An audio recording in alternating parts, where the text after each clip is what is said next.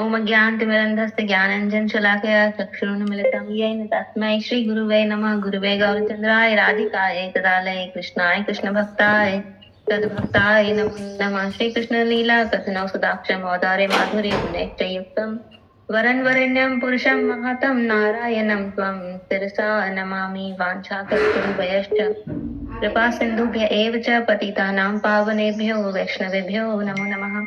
नमो महावदान्याय कृष्ण प्रेम प्रदायते कृष्णाय कृष्ण चैतन्य नामिने गौर अत्र विषय नमः। हे कृष्ण करुणा सिंधो दीन बंधो जगतपते गोपेश गोपिका कांत राधा कांत नमस्तुते। तप्त कांचन गौरांगी राधे वृंदावनेश्वरी वृषभानुसुते देवी प्रणमामि हरि प्रिये। वृंदाय तुलसी देवी प्रियाय केशवश्च कृष्ण भक्ति प्रदे देवी सत्यभक्ते नमो नमः। नीलाचल निवासाय नित्याय परमात्मने बलभद्र सुभद्राभ्यां जगन्नाथाय ते नमः। श्री कृष्ण चैतन्य प्रभु नित्यानंद श्री अद्वैत गदाधर श्रीवासादि गौर वृंद। हरे कृष्णा कृष्ण कृष्ण हरे हरे, हरे राम राम राम हरे हरे। हरे कृष्ण कृष्ण कृष्ण हरे हरे, हरे राम राम राम हरे हरे।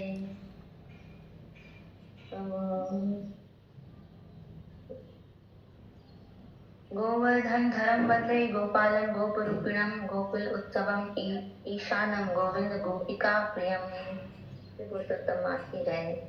श्री गुरुदेव के सबसे पहले मैं अपने शिक्षा गुरु श्री भक्तिवेदांत नारायण गोस्वामी महाराज जी के श्री चरण कमलों में असंख्य कोटि दंडवत प्रणाम करती हूँ। उसके बाद अपने शिक्षा गुरु श्री भक्तिवेदांत श्रीधर गोस्वामी महाराज जी के चरणों में श्रीपाद कृष्णदास प्रभु जी के चरणों में दंडवत प्रणाम करके आज शिक्षाष्टकम का लास्ट श्लोक के बाद अपना टर्न खत्म करती हूँ। शिक्षाष्टकम का 8 श्लोक लास्ट श्लोक है। जो शिक्षाष्टकम छोटा सा ग्रंथ है, अष्टकम 8 श्लोक है। इसके अंदर हम करते करते रेंकते 8 तक पहुंच गए हैं। श्री रूप गोस्वामी द्वारा रचित और श्री हरि श्री चैतन्य महाप्रभु के श्रीमुख से निकले श्लोक हैं 8, जो उन्होंने गंभीरा में बोले हैं जगन्नाथपुरी के अंदर। और इन श्लोकों का वर्णन श्री चैतन्य चरित्रामृत में भी आता है। और आज हम लास्ट श्लोक है, प्रेम की दशा के बारे में सिद्धि की निष्ठा कैसी है। तो आश्लिष्यवा पादरतां पिनष्टुमां आदर्शनां मर्महतां करोतु वां यथा तथा वा वदधातु लंपटो मत प्राणनाथस्तु एव नापरः। इसमें स लंपटः वे लंपट कृष्ण के लिए बोल रहे हैं। इस श्लोक के अंदर श्री चैतन्य महाप्रभु बिल्कुल एकदम श्री राधा जी के भावों के अंदर बिल्कुल डूब के ये श्लोक उन्होंने बोला है। लास्ट श्लोक शुरू के जो श्लोक थे, जो हम स्टार्टिंग में जो पढ़ रहे थे, स्पेशली 5 तक 4-5 तक के श्लोक के 1 2 3 4, वो वहां तक के हम श्लोक फिर भी समझ सकते हैं। पर ये जो लास्ट के श्लोक है, ये हमारी बुद्धि और हमारी परिकल्पना के परे हैं।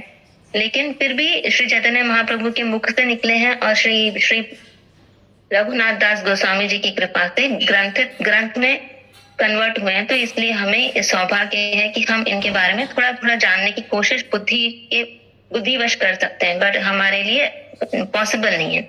तो इसमें गोपी के भाव में, श्री राधा जी के भाव में बिल्कुल एकदम अंदर घुसी गए श्री चैतन्य महाप्रभु, और उनके राधा जी के भाव के अंदर होकर उन्होंने ये श्लोक उनके मुख से निकला है। तो उसमें कह रहे हैं, स लंपटः वे लंपट कृष्ण के लिए बोल रहे हैं। पादरताम मां, अपनी पाद सेवा में अनुरक्त मुझ दासी को आश्लिष्य प्रगाढ़ आलिंगन द्वारा आहदित करें, वा पिनष्टु या पैरों तले रौंद डालें, वा आदर्शनाथ अथवा दर्शन न देकर विरह से मर्महताम करोतु, मर्माहत करते हुए पीड़ा भी पहुंचावे। बिल्कुल मतलब असहनीय पीड़ा। तथा यथा तथा विदधातु, या जैसी इच्छा हो सो करें, यहाँ तक कि दूसरी प्रियाओं के साथ रमण भी करें।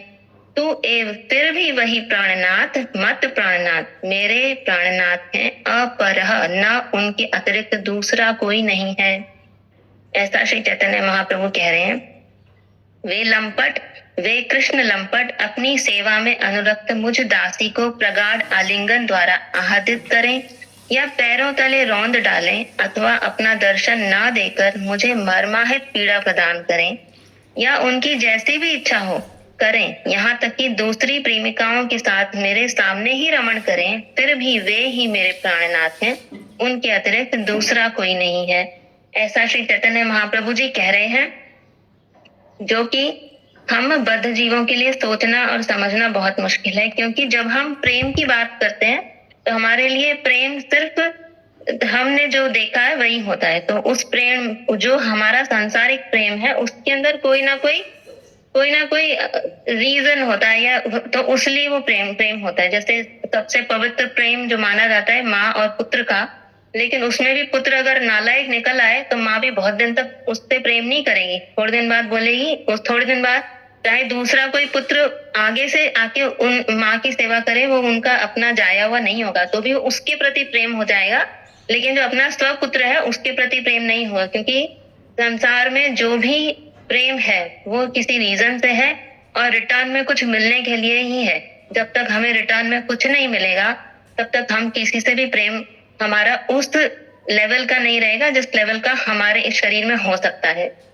चाहे वो प्रेम माता पिता के पति पुत्र का हो, चाहे वो प्रेम प्रिया प्रीतम का हो, या चाहे वो प्रेम पति पत्नी का हो या बहन भाई का हो, किसी का भी हो, हर प्रेम स्वार्थ से जुड़ा हुआ है यहाँ पर।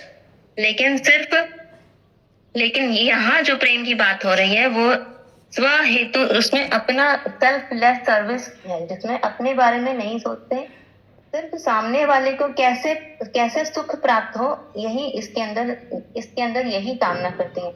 श्री राधा जी कह रही, इसमें राधा जी के भाव में होकर चैतन्य महाप्रभु जी कह रहे हैं कि भाई तुम किसी और के साथ भी रमण करो तो भी मुझे कोई प्रॉब्लम नहीं है, पर तुमको सुख मिलना चाहिए। अगर तुमको सुख मिल रहा है तो वो ठीक है, लेकिन उनको पता, राधा जी कह रही हैं, लेकिन मुझे पता है कि तुम्हें सुख तो मिलने वाला है नहीं, तुमने आना तो यही है, तो इसलिए तुम चाहे कहीं भी जाओ। जो विपक्ष की जो गोपियां हैं, श्री रूप गोस्वामी ने 360 प्रमुख गोपियों का वर्णन, जो नायिकाएं हैं उनका वर्णन किया है उज्जवल नीलमणि में। कह रहे हैं, राधा जी कह रही है तुम कहीं भी जाओ, तुम्हें सुख मिलता है तो बहुत अच्छा, परंतु अगर सुख नहीं मिलता तो फिर ये राधा जी के लिए ये भी दुख है कि भाई वो उधर गए, उनको सुख भी नहीं मिल रहा।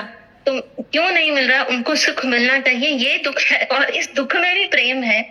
तो यही विरह की बड़ी अपार लीला है। क्योंकि जब हम किसी के सुख की कामना करते हैं, जैसे कि जब हम गुरु सेवा करते हैं, तो गुरु सेवा करते टाइम हमको लगता है हम सेवा कर रहे हैं, लेकिन फिर भी हमको उसमें सुख प्राप्त होता है।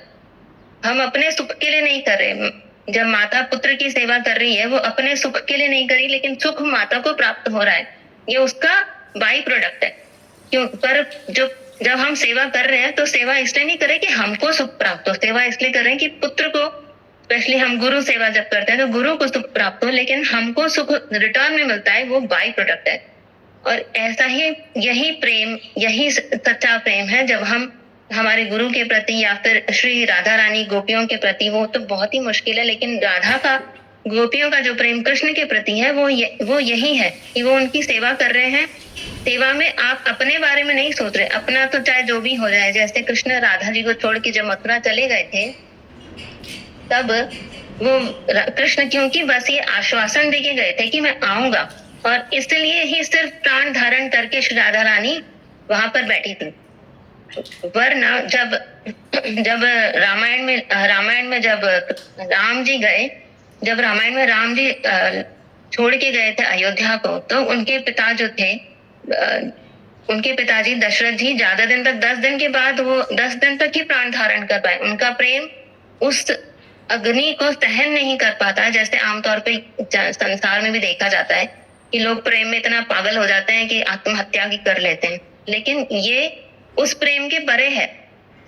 जब दशरथ जी राम जी के विरह को धारण नहीं कर पाए, दशरथ जी ने उनके प्राण त्याग दिए उन्होंने आफ्टर 10 डेज, और 10 दिन के बाद फिर बाद में वो जा रहे हैं, फिर भरत जी आए थे, फिर वहां पर वो अलग है।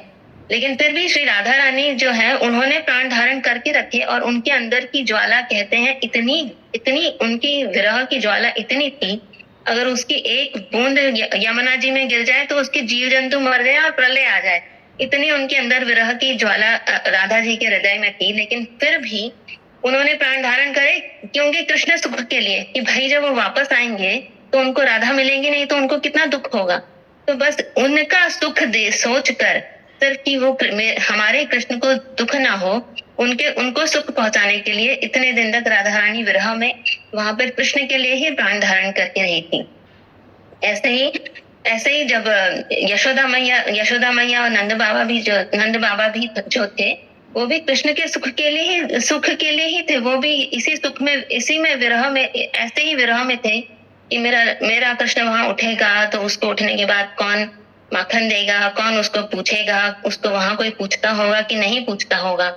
ये जो विरह का ये जो प्रेम है, इसके अंदर जो सुख है, वो सुख और दुख दोनों ही मिलित होता है। ऐसे ही जब हमारे गुरु वर्ग नित्य लीला प्रविष्टम हो गए, उसने भी श्रीधर गोस्वामी महाराज जी ने यही बोला कि वो अभी वो नित्य लीला प्रविष्टम हो गए हैं, लेकिन इसमें सुख भी और दुख भी है कि भाई वो चले गए, वो भगवान की लीला में सम्मिलित हो गए, लेकिन साथ साथ क्योंकि हमको अभी उनका सानिध्य नहीं मिलेगा तो ये उनका विरह भी है। तो ऐसे ही पहला इस विरह की इस श्लोक में आगे वर्णन किया गया है।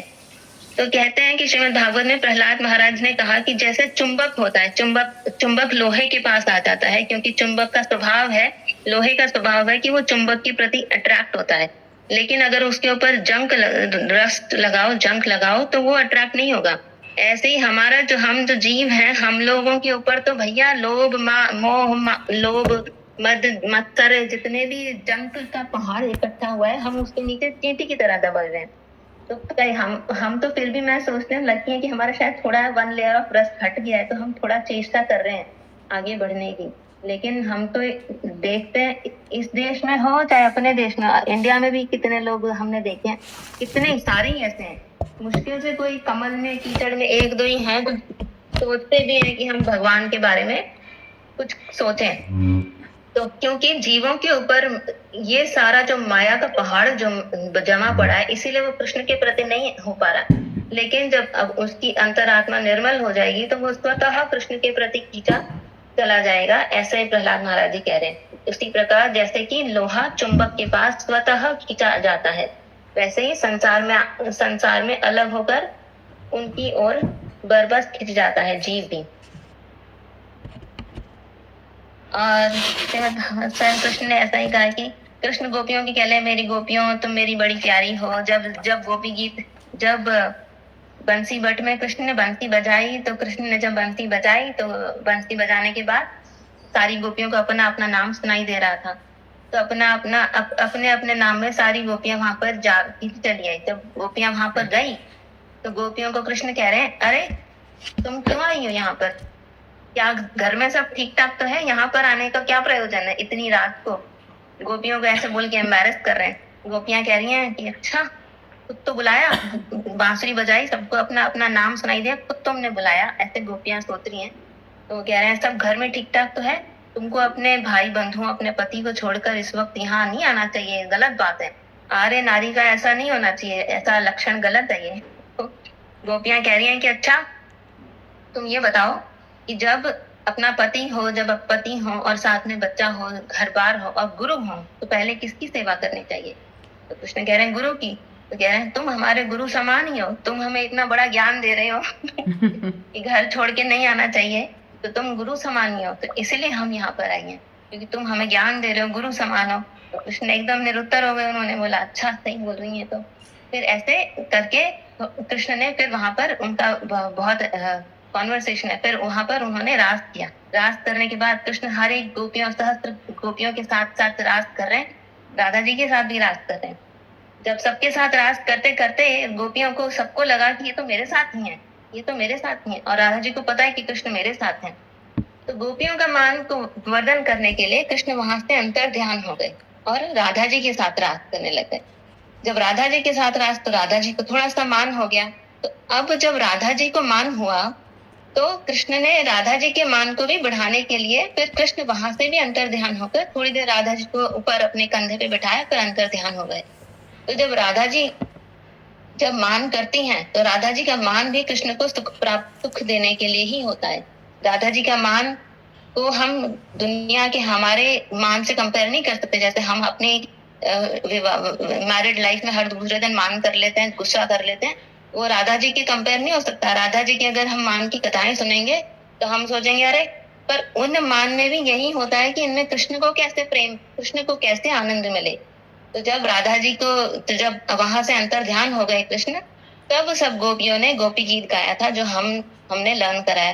जयतिधिकम जन्मना व्रज, तो वो गोपी गीत उस वक्त गाया था। फिर गोपी गीत गाते गाते गोपियां कह रही हैं अरे पति सुतान रया भ्रातृ बांधवा नीति विलंदते अंशता गता गति विदस्त वो गीत मोहिता कितव योषिता कस्तजे निशि, कि हम अपने पति भ्रात बांधव सबको छोड़ छाड़ के आ गए हैं और तुम इनकी इच्छाओं और आज्ञाओं का उल्लंघन करके हम तुम्हारे पास आई हैं और तुम्हारी चाल को जानती हैं, हर संकेत को समझते हैं, तुम्हारी मधुर गान से मोहित होकर यहाँ आई है और कपटी इस प्रकार रात्रि के समय आई हुई युवतियों को तुम्हारे सिवा और कौन छोड़ सकता है। लंपट, ऐसे कृष्ण को कह रही है। तो ऐसे उन्होंने गोपी गीत में जो हमने गोपी गीत लर्न किया उसका हमको मतलब भी जरूर पढ़ना चाहिए। जब भी हम गोपी गीत एवरीडे पढ़ें तो साथ में मतलब भी पढ़ें, तो धीरे धीरे हमें ज्ञान प्रेम की प्राप्ति हो सकती है। तो कृष्ण को ऐसे वो बार बार गोपी गीत उन्होंने गाया, गोपी गीत जब उन्होंने गाया, लताओं पताओं में ढूंढ रही हैं कृष्ण को एकदम, और ऐसे कृष्ण को कभी ऐसे याद कर रही हैं वैसे, तो लास्ट में कृष्ण आए और जब कृष्ण वापस आए तो फिर विरह के बाद फिर वापस जब कृष्ण गोपियों से मिले, राधा जी से मिले, तो बहुत एकदम फिर दोबारा रास हुआ। और रास के बाद कृष्ण बोल रहे हैं, गोपियां बोल रहे हैं कि कृष्ण एक बात बताओ, एक तो वो होते हैं जो जिससे कोई प्रेम करता है तो वो रिटर्न में प्रेम करते हैं, एक वो टाइप के लोग होते हैं, और दूसरे वो टाइप के लोग होते हैं जो प्रेम करते हैं, सामने वाला प्रेम करे चाहे ना करे वो फिर भी प्रेम करते हैं। और एक वो टाइप के लोग होते हैं कि भैया उससे कोई प्रेम करे चाहे ना करे वो तो नहीं करते। तो कह रहे तुम इनमें से कौन से हो? तो गोपियां कह रही हैं तुम इनमें से थर्ड वाले ही हो। तो कृष्ण कह रहे हैं कि गोपियों मैं इनमें से कोई भी नहीं हूँ। जो प्रेम करते हैं और रिटर्न में प्रेम करते हैं वो तो बनिया होते हैं, वो तो बिजनेस कर रहे हैं, उनको कुछ प्रॉफिट है तो हम प्रेम कर रहे हैं, हमसे कोई करेगा तभी हम करेंगे, जो उसे हम संसार में देखते हैं। जो प्रेम नहीं कर रहा सामने वाला फिर भी प्रेम करते हैं, वो फिर भी देखा जाता है भाई माता अपने पुत्र से एक हद तक करती है, अपने पेरेंट्स अपने पुत्र से एक हद तक, बहुत ही अति नहीं हो जाती तब तक तो करते ही हैं। गुरु स्पेशली करते ही हैं, गुरु तो हमेशा, क्योंकि ऐसा कहते हैं माता का जो प्रेम है उसको अगर मल्टीप्लाई बाय 1000 कर लो तो वो गुरु का प्रेम है। इतना प्रेम गुरु अपने शिष्य से करते हैं, अगर आपको एक्सेप्ट कर लिया ऐसे शिष्य तो ये एक फिर भी सेकंड टाइप देखा जाता है। थर्ड टाइप का जो प्रेम होता है, जो सामने वाला प्रेम कितना भी करे ना करे लेकिन भैया ये बंदा प्रेम नहीं करेगा, तो कह रहे हैं वो तो प्रेम ऐसे लोग होते हैं जो अकृतज्ञ होते हैं, जो थैंकफुल ही नहीं होते कि हमसे क्या कोई बिहेव करा फिर भी थैंकफुल नहीं होते, या आत्मज्ञानी होते हैं, या फिर जो जो संत वगैरह होते हैं आत्मज्ञानी, जो ज्ञान के रास्ते पे चलते हैं, वो होते हैं। तो कह रहे मैं तो इनमें से कोई भी नहीं हूँ गोपियां, हे गोपी। तो इसके बाद कृष्ण कह रहे हैं तुम मेरे दोष में प्रेम मत निकालो, मैं तो बस छुप गया था यहीं, मैं तो बस यहीं छुप गया था, मैं कहीं नहीं गया था। कृष्ण कहते हैं प्यारी गोपियों, मैं रीड आउट करी, प्यारी गोपियों, इसमें संदेह नहीं कि तुम लोगों ने मेरे लिए लोक मर्यादा, वेद मार्ग और अपने सगे संबंधियों को भी छोड़ दिया है। ऐसी स्थिति में तुम्हारी मनोवृत्ति और कहीं ना जाए, अपने सौंदर्य और सुहाग की चिंता ना करने लगे, मुझ में ही लगी रहे, इसलिए परोक्ष रूप से तुम लोगों से प्रेम करता हूँ कि प्रेम करता हुआ ही मैं छिप गया था, मैं कहीं नहीं गया था, मैं यही था, मैं छिप गया था, ताकि तुम्हारे मन मेरे अंदर एकदम अटूट तरह से स्थित हो जाए। इसलिए और तुम सब मेरी प्यारी हो और मैं तुम्हारा प्यारा हूँ। ऐसा इस श्लोक में, ऐसा कृष्ण बाद में गोपियों को कहते हैं। तो ऐसे श्री चैतन्य महाप्रभु जो है, हमारे चैतन्य महाप्रभु कृष्ण की राधा जी के भावों में को भावों को लेके बंगाल में प्रकट हुए थे और चैतन्य गौरांग देव ने स्वयं भक्ति के समस्त सिद्धांतों से परिपूर्ण शिक्षाष्टकम की रचना करके सब प्रकार के अधिकारियों को शिक्षा दी कि कभी अपने परम अंतरंग पार्षद श्री स्वामीनाथन श्री राय रामानंद के साथ शिक्षाष्टकम पढ़ा। तो मैं इसमें और बहुत ज्यादा डीप बातें हैं, तो मुझे पता नहीं मुझे मैं भी बोलने की अधिकारी हूँ कि नहीं हूँ। आमी कृष्ण पद दासी तीहो रस सुख राशि आलिंगन आलिंगन आलिंगन किया करे आत्मसात कीवा न देन दशमन न जाने अमार तुम मन तबु ते हो मोर प्राणधन। सखी मैं तो श्री कृष्ण के श्री चरणों की दासी हूँ। वे रसिक शेखर सुख के सागर हैं। वे प्रगाढ़ आलिंगन के द्वारा मुझे आहत करें चाहे पैरों तरे कुचल डालें। मुझे कृपा कर दर्शन से सुखी करें अथवा दर्शन ना देकर मर्माहित पीड़ा असहनीय पीड़ा दें। मेरे तन मन की भावनाओं को भले ही ना समझें, फिर भी वे मेरे प्राणनाथ ही है सखी। मैंने मन से यह निश्चय कर लिया कि चाहे वे मुझसे प्रेम करें अथवा मुझसे सतावें, मेरे सौभाग्य प्रकट कर अन्य रमणियों को छोड़कर मेरे वशीभूत होवें। उन रमणियों के सामने ही मेरे साथ विहार करें, उन्हें दुखित करें, चाहे वे शठ दृष्ट कपटी और लंपट भी क्यों ना हो। भले ही वे मेरे सामने ही मुझे चिढ़ाने के लिए दूसरी गोप मणियों के साथ विहार करें, फिर भी वो ही मेरे प्राणनाथ हैं। मतलब कि समर्पण जो है बिल्कुल 110% कृष्ण के चरणों में होना चाहिए, ऐसा श्री चैतन्य महाप्रभु हमें इसे बता रहे।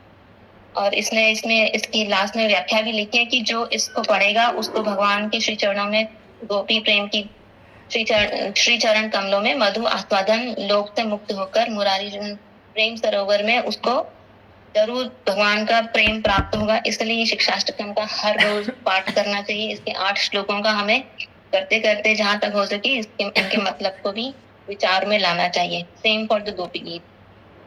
यही कह के मैं अपनी वाणी को विराम देती हूँ। वांछा कल्पतरुभ्यश्च कृपा सिन्धुभ्यश्च पतितानां पावनेभ्यो वैष्णवेभ्यो नमो नमः। तो त्रुटि हो तो क्षमा करना। Thank you. हरे कृष्णा। हरे कृष्णा। आज इतनी जल्दी खत्म कर दिया? 12 भी नहीं बजे। लास्ट टाइम बोला था शॉर्ट करना, शॉर्ट मैंने कहा शॉर्ट ही सही है। नहीं, अच्छा था, बढ़िया था। तो ठीक से एक्सप्लेन हो गया ना? वो भी बोला ना 15 चैप्टर पे तो बोलना है क्या? हाँ, 15वां अध्याय। हाँ, तो इसलिए मैंने तो जल्दी नहीं ऐसा भी कुछ नहीं है। हम लोग को कहीं भागना नहीं है। हम लोग इतना सा करें लेकिन अच्छे से करना है हमको, बस सीखना है। ये भी नहीं कि भाई ऊपर से जाए, कुछ थोड़ा करें लेकिन सीखें, ये हमारा तो मकसद है। हमें कौन सा पंडित बनना है, ये कुछ वो।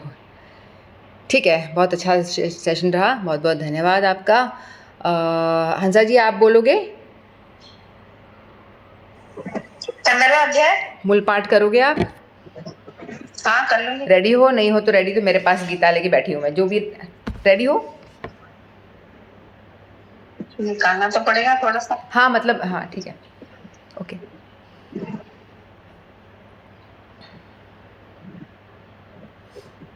कर लो फिर आप। मैंने निकाल के नहीं देखा, मैंने कहा पहले 6 स्टार चेक करना है तो पता नहीं इसी का श्लोक करना पहले, इसलिए निकाल के रखा। ठीक है ठीक है। मैं 6 स्टार चेक कर तो बैठी। ठीक, मैं करती हूँ, मेरे को आता नहीं है पर मैं ट्राई करूँ। हाँ करो। चैप्टर 15 ना। श्री पुरुषोत्तम योग श्री भगवान उवाच। भाई मेरे तो नहीं कर पाऊँ, मुश्किल है। उधर मूल मध शाख यूं ही तो आप कर लो। नहीं करती हूँ, मेरे टाइम लगेगा। ठीक है। अथ 15 अध्यायः पुरुषोत्तम योग श्री भगवानुवाच। ऊर्ध्वमूलमधशाखम् अश्वत्थं प्राहुरव्ययं छन्दांसि यस्य पर्णानि यस्तं वेद स वेदवेत्।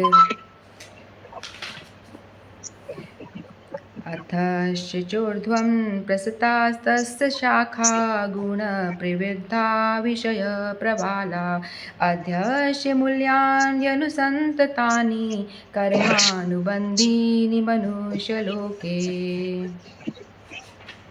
न रूपं नस्येतथोपलभ्यन्ते नान्तो न चादिर्न च सम्प्रतिष्ठा अश्वत्थमेनं सुविरूढमूलम् असङ्गशस्त्रेण दृढेन छित्त्वा ततः पदं तत्परिमार्गितव्यं यस्मिन् गता न निवर्तन्ति भूयः तमेव चाद्यं पुरुषं प्रपद्ये यतः प्रवृत्तिः प्रसृता पुराणी निर्माणे मोहाजितसङ्गदोषा अध्यात्मनित्या विनिवृत्तकामः द्वन्द्वैर्विमुक्ताः सुखदुःखसङ्गे गच्छन्ति मूढा पदमव्ययं तत् न तद्भासते सूर्यो न शशाङ्को न पावक यद्गत्वा न निवर्तन्ते तद्धाम परमं मम ममेवांशो जीवलोके जीवभूतः सनातन मनः षष्ठानीन्द्रियाणि प्रकृतिष्ठानि कर्षति शरीरं यद्वाप्नोति यच्चाप्युत्क्रामतीश्वरः गृहीत्वैतानि संयाति वायुर्गन्धानि वाशयात् श्रोत्रं चक्षुस्पर्शनं च रसनं घ्राणमेव च अधिष्ठाय मनश्चायं विषयानुपसेवते उत्क्रमान्तं स्थितं वापि भुञ्जानं वा गुणान्वितं विमूढानानुपश्यन्ति पश्यन्ति ज्ञानचक्षुषः यतन्तो योगिंश्चैनं पश्यन्त्यात्मन्यवस्थितं यतन्तो कृतात्मानो नैनं पश्यन्त चेतसः यदादित्यगतं तेजो जगद्भासतेऽखिलं यच्चन्द्रमसि यच्चाग्नो तत्तेजो विधिमामकं कामाविश्य च भूतानि धारयामि यः मोजसा पुष्णामि चौषधिः सर्वा सोमो भूत्वा रसात्मकः अहं वैश्वानरो भूत्वा प्राणिनां देहमाश्रितः प्राणापानसमायुक्तः पचाम्यन्नं चतुर्विधम् सर्वस्य चाहं हृदि सन्निविष्टो मत्तस्मृतिर्ज्ञाहनं पोहनं च वैदेश सर्वरहमेव वेदो वेदान्तकृतवेदविदेव चाहं द्वाविभो पुरुषो लोके क्षरक्षराक्षर एव च क्षर सर्वाणि भूतानि कूटस्थोऽक्षर उच्यते उत्तमा पुरुषत्वन्य परमात्मेयुदाहत यो लोकत्रयमाविश्य बिभर्तयव्य ईश्वरः यस्मात् सर्वमतीतोऽहम् अक्षरादपि चोत्तम अतोऽस्मि लोके वेदे च प्रथितः पुरुषोत्तमम् यो मामेव सम्मूढो जानाति पुरुषोत्तमं स सर्वविद भजति मां सर्वभावेन भारतः इति गुह्यतं शास्त्रमिद उक्तमं मया न एतद्बुद्ध्वा बुद्धिमान् स्यात् कृतकृतश्च भारत ओम तत्सदिति श्रीमद्भगवद्गीतासु उपनिषत्सु ब्रह्मविद्यायां योगशास्त्रे श्रीकृष्ण अर्जुन संवादं 15वां अध्यायः श्रीकृष्ण अर्पणस्तु। सभी कुछ हम पढ़ करके कृष्ण को ही अर्पण कर देते हैं। हरे कृष्णा। किसी को लगता है कि मैं बोल सकती हूँ, थोड़ा ट्राई कर सकती हूँ, तो वो आप लोग भी मूल पाठ कर सकते, लेकिन प्रैक्टिस करने के बाद, थोड़ा प्रैक्टिस के बाद में, ऐसे नहीं बोला जाएगा।